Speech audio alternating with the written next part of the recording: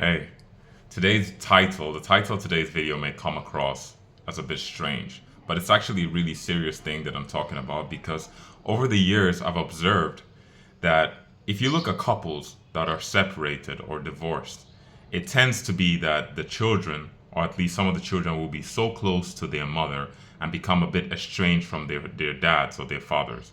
And I pondered on this for a while, and you see all these guys be talking about, oh, my dad isn't there for me, blah blah blah blah. Except it's just their moms that were there.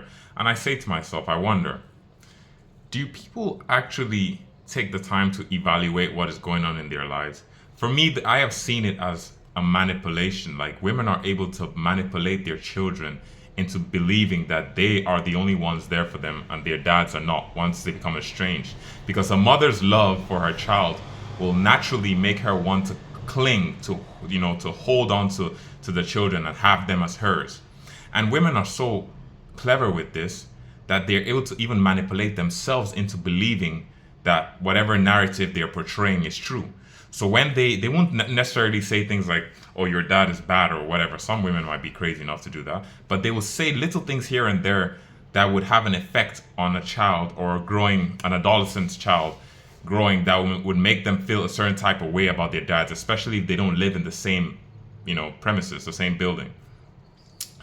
But I honestly think like if you're a boy, a male child, as you grow older, it would be a bit strange if you don't come to a point in your life where you realize or you start thinking, maybe my mother was wrong. Maybe certain things that she was saying and the way she portrayed things was inaccurate. Maybe it's possible that she's not as perfect as she may let on to be. Maybe there's a reason why my dad and my mom did not get along, that it's not my dad's fault. Like everything cannot be his fault, right?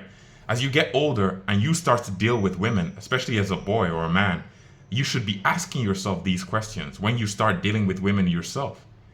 Because I honestly, right now, without even being married, I've talked to girls, so I've talked to women who I can see that ability to just manipulate things, and just wants things to be their own way and just, find a way to be like, I'm doing it my way or the highway. I've seen this in women even now.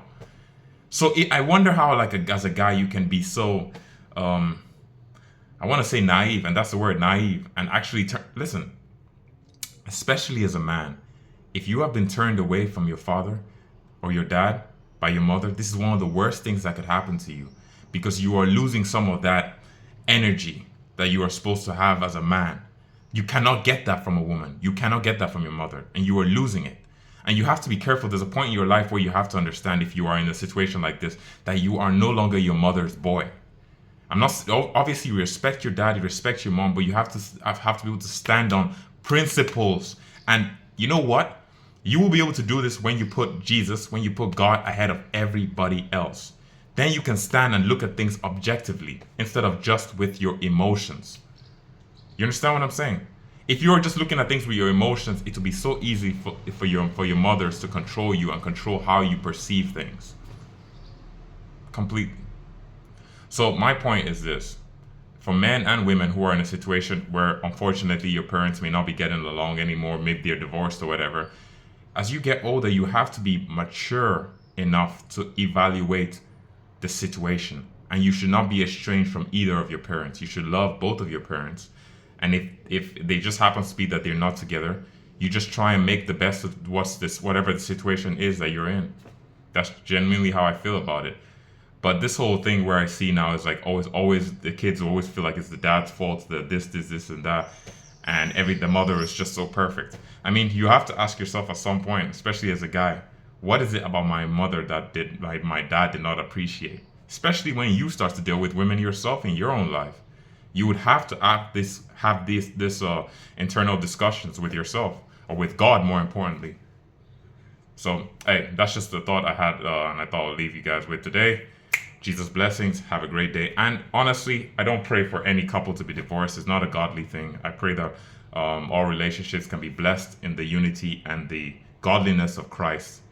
And then that way, things don't spiral out of control, and we don't have this kind of situations anyways that I just talked about.